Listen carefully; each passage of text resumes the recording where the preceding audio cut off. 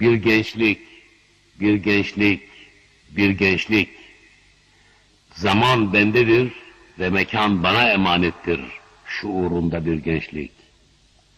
Devlet ve milletinin büyük çapa ermiş 7 asırlık hayatında ilk 2,5 asrını aşk, vecd, fetih ve hakimiyetle süsleyici, 3 asrını kaba sokta ve ham yobaz elinde kenetleyici, son 1 asrını Allah'ın Kur'an'ında belhum adal dediği hayvandan aşağı taklitçilere kaptırıcı, en son yarım asrını da işgal ordularının bile yapamayacağı bir cinayetle Türk'ü madde planında kurtardıktan sonra ruh planında helak edici tam 4 devre bulunduğunu gören, bu devreleri yükseltici aşk, çürütücü taklitçilik ve öldürücü küfür diye yaftalayan ve şimdi, evet şimdi 5. devrenin kapısı önünde dimdik bekleyen bir gençlik.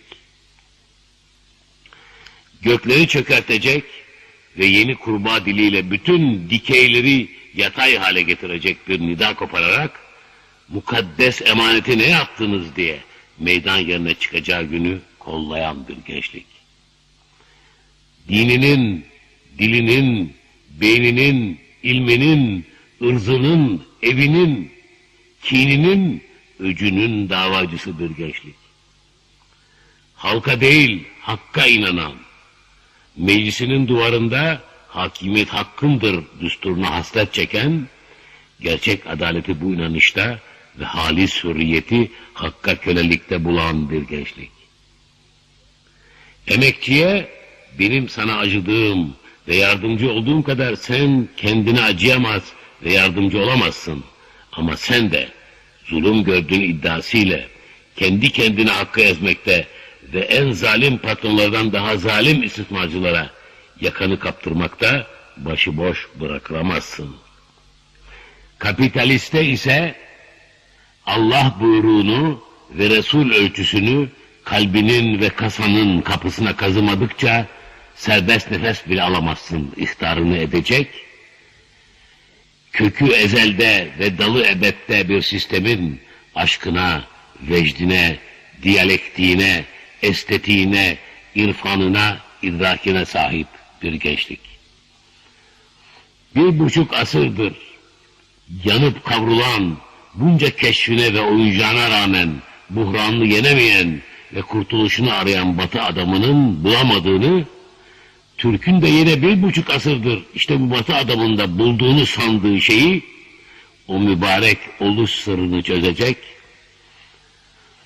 ve her sistem ve mezhep orada ne kadar hastalık varsa tedavisinin ve ne kadar cennet hayali varsa hakikatinin İslam'da olduğunu gösterecek ve bu tavırla yurduna, İslam alemine ve bütün insanlığa numunelik teşhir edecek bir gençlik. Kim var diye seslenilince sağına ve soluna bakınmadan fert fert ben varım cevabını verici ve her ferdi benim olmadığım yerde kimse yoktur duygusuna sahip bir dava ahlakını pırıldatıcı bir gençlik. Can taşıma liyakatini canların canı uğrunda can vermeyi cana minnet sayacak kadar gözü kara ve o nispette strateji ve taktik sahibi bir gençlik. Büyük bir tasavvuf adamının benzetişiyle zifiri karanlıkta ak sütün içindeki ak kılı fark edecek kadar gözü keskin bir gençlik.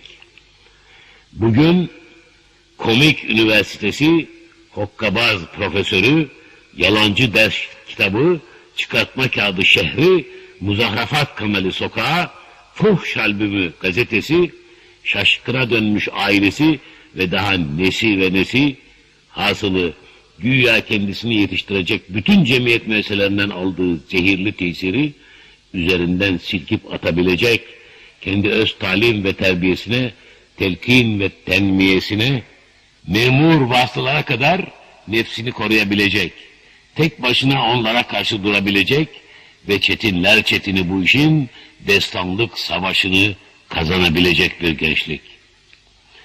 annesi, babası, ninesi ve dedesi de içinde olsa, gelmiş ve geçmiş, bütün eski nesillerden hiçbirini beğenmeyen, onlara siz güneşi ceketinizin astarı içinde kaybetmiş marka Müslümanlarısınız. Gerçek Müslüman olsaydınız bu hallerden hiçbiri başınıza gelmezdi diyecek ve gerçek Müslümanlığın nidüğünü ve nasılını gösterecek bir gençlik. Tek cümleyle Allah'ın kainatı yüzü hürmetine yarattığı sevgilisinin alemleri manto gibi bürüyen eteğine tutunacak, ondan başka hiçbir tutamak, dayanak, sığınak, barınak tanımayacak ve onun düşmanlarını ancak kubur farlarına denk muameleye layık görecek bir gençlik. Bu gençliği karşımda görüyorum. Maya tutması için 30 küsur yıldır devrimbaz kodamanların viski çektiği kamıştan borularla ciğerimden kaleme kan çekerek yırtındığım, kıvrandığım ve zindanlarda çürüdüğüm bu gençlik karşısında uykusuz, susuz, ekmeksiz, başımı secdeye mıhlayıp bir ömür Allah'a hamd etme makamındayım. Genç adam, bundan böyle senden beklediğim manevi babanın tabutunu musalla taşına, Anadolu kıtası büyüklüğündeki dava taşını da gediğine koymandır. Surda bir gedik açtık, mukaddes mi mukaddes, ey kahve rüzgar, artık ne yandan eserseniz.